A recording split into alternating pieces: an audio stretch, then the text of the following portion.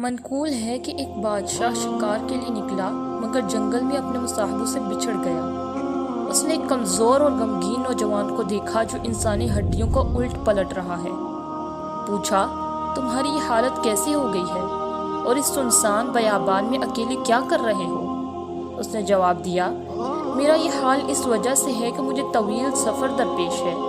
2 موکل دن اور رات کی صورت میں میرے پیچھے لگے ہوئے ہیں اور مجھے خوف زدہ کر کے آگے کو دوڑا رہے ہیں، یعنی جو بھی دن اور رات گزرتے ہیں وہ مجھے موت سے قریب کرتے چلے جا رہے ہیں۔ میرے سامنے تنگ و تاریک تکلیفوں بھری قبر ہے۔ گلنے سڑنے کے لیے عنقریب مجھے زیر زمین رکھ دیا جائے گا۔ ہائے ہائے، وہاں تنگی و پریشانی ہوگی، وہاں مجھے کیڑے کی خوراک بننا ہوگا، میری ہڈیاں جدا جدا ہو جائیں گی، اور اسی پر اکتفا نہیں بلکہ اس کے بعد قیامت برپا ہوگی جو کہ نہایت ہی کٹھن مرحلہ ہوگا۔ معلوم نہیں بعد ازاں میرا جنت ٹھکانا ہوگا یا معاذ اللہ جہنم میں جانا ہوگا۔ تم ہی بتاؤ، جو اتنے خطرناک مراحل سے دوچار ہو بھلا کیسے خوشی منائے؟ یہ باتیں سن کر بادشاہ رنج و ملال سے بے حال ہو کر گھوڑے سے اترا اور اس کے سامنے بیٹھ کر عرض گزار ہوا، اے نوجوان، آپ کی باتوں نے میرا سارا چین چھین لیا اور دل کو اپنی گرفت میں لے لیا۔ ذرا ان باتوں کی مزید وضاحت فرما دیجیے۔ تو اس نے کہا، یہ میرے سامنے جو ہڈیاں جمع ہیں انہیں دیکھ رہے ہو، یہ ایسے بادشاہوں کی ہڈیاں ہیں جنہیں دنیا نے اپنی زینت میں الجھا کر فریم میں مبتلا کر دیا تھا۔ یہ خود تو لوگوں پر حکومت کرتے رہے مگر غفلت نے ان کے دلوں پر حکمرانی کی۔ یہ لوگ آخرت سے غافل رہے یہاں تک کہ انہیں اچانک موت آ گئی، ان کی تمام آرزویں دھری کی دھری رہ گئیں، نعمتیں سلب کر لی گئیں، قبروں میں ان کے جسم گل سڑ گئے اور آج انتہائی کنسم پرسی کے عالم میں ان کی ہڈیاں بکھری پڑی ہیں۔ عنقریب ان کی ہڈیوں کو پھر زندگی ملے گی اور ان کے جسم مکمل ہو جائیں گے، پھر انہیں ان کے اعمال کا بدلہ ملے گا اور یہ نعمتوں والے گھر جنت یا عذاب والے گھر دوزخ میں جائیں گے۔ اتنا کہنے کے بعد وہ نوجوان بادشاہ کی آنکھوں سے اوجھل ہو کر معلوم نہیں کہاں چلا گیا۔ ادھر خدام جب ڈھونڈتے ہوئے پہنچے تو بادشاہ کا چہرہ اداس اور اس کی آنکھوں سے سیلے اشک رواں تھا۔ رات آئی تو بادشاہ نے لباس شاہی اتارا اور 2 چادریں جسم پر ڈال کر عبادت کے لیے جنگل کی طرف نکل گیا، پھر اس کا پتہ نہ چلا کہ کہاں گیا۔ اس حکایت میں سفر آخرت کی طوالت اور اس میں پیش آنے والی حالت کا کس قدر رقت انگیز بیان ہے۔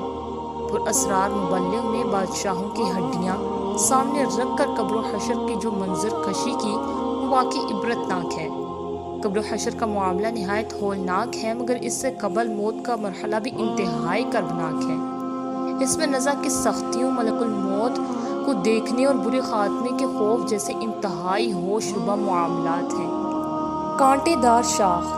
امیر المؤمنین حضرت سیدنا عمر فاروق اعظم رضی اللہ عنہ نے تابعی بزرگ حضرت سیدنا کعب الاحبار رحمۃ اللہ علیہ سے فرمایا، اے کعب، ہمیں موت کے بارے میں بتاؤ۔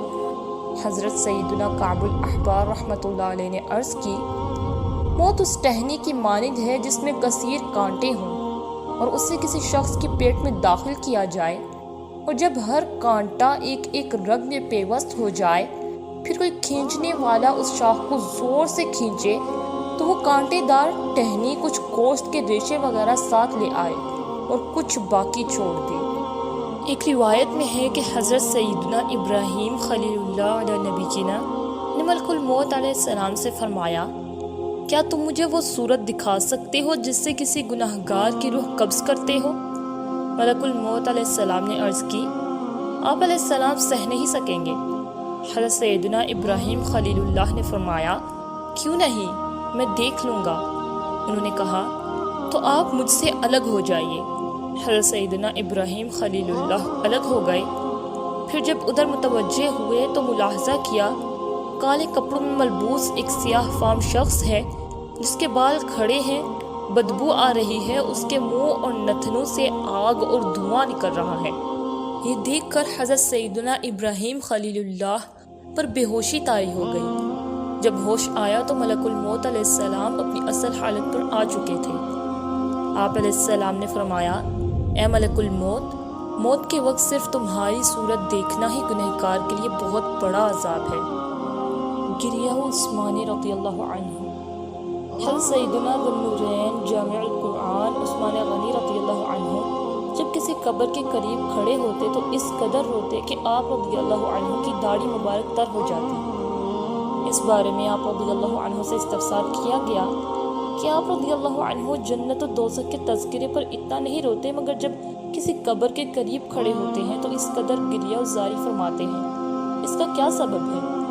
حضرت سیدنا عثمان غنی رضی اللہ عنہ نے فرمایا، میں نے سید المرسلین شفیع المذنبین رحمۃ للعالمین صلی اللہ علیہ وآلہ وسلم کو فرماتے ہوئے سنا ہے کہ بے شک آخرت کی سب سے پہلی منزل قبر ہے، قبر والے نے اس سے نجات پائی تو بعد کا معاملہ آسان ہے، اور اگر اس سے نجات نہ پائی تو بعد کا معاملہ زیادہ سخت ہے۔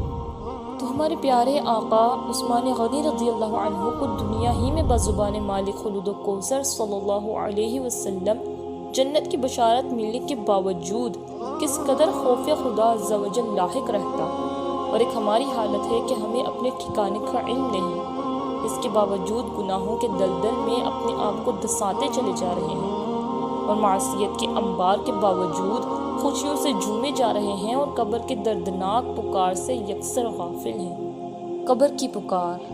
حضرت سیدنا فقیہ ابو اللیث سمرقندی حنفی رحمۃ اللہ علیہ نقل فرماتے ہیں کہ قبر روزانہ 5 مرتبہ یہ ندا کرتی ہے، اے آدمی تو میری پیٹھ پر چلتا ہے حالانکہ میرا پیٹ تیرا ٹھکانہ ہے، اے آدمی تو مجھ پر عمدہ عمدہ کھانے کھاتا ہے، ان قریب میرے پیٹ میں تجھے کیڑے کھائیں گے، اے آدمی تو میری پیٹھ پر ہنستا ہے جلد ہی میرے اندر آ کر روئے گا، اے آدمی تو میری پیٹھ پر خوشیاں مناتا ہے ان قریب مجھ سے غمگین ہوگا، اے آدمی تو میری پیٹھ پر گناہ کرتا ہے ان قریب میرے پیٹ میں مبتلا عذاب ہوگا۔ قبر روزانہ یہ کرتی ہے پکار، مجھ میں ہے کیڑے بے شمار، یاد رکھ میں ہوں اندھیری کوٹڑی، تجھ کو ہوگی مجھ سے سن وحشت بڑی، میرے اندر تو اکیلا آئے گا، ہاں مگر اعمال لیتا آئے گا، تیری طاقت تیرا پن عہدہ تیرا، کچھ نہ کام آئے گا سرمایہ تیرا،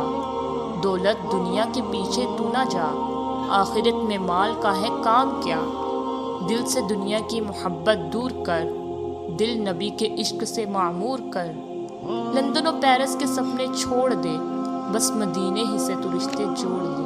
اگر آپ کو ہماری ویڈیو پسند آئی ہو تو ویڈیو کو لائک کریں، شیئر کریں اور سبسکرائب کریں، اور ساتھ دیے گئے بیل آئیکن کو بھی دبا دیں تاکہ آپ کو ہماری ویڈیو کا نوٹیفیکیشن ملتا رہے۔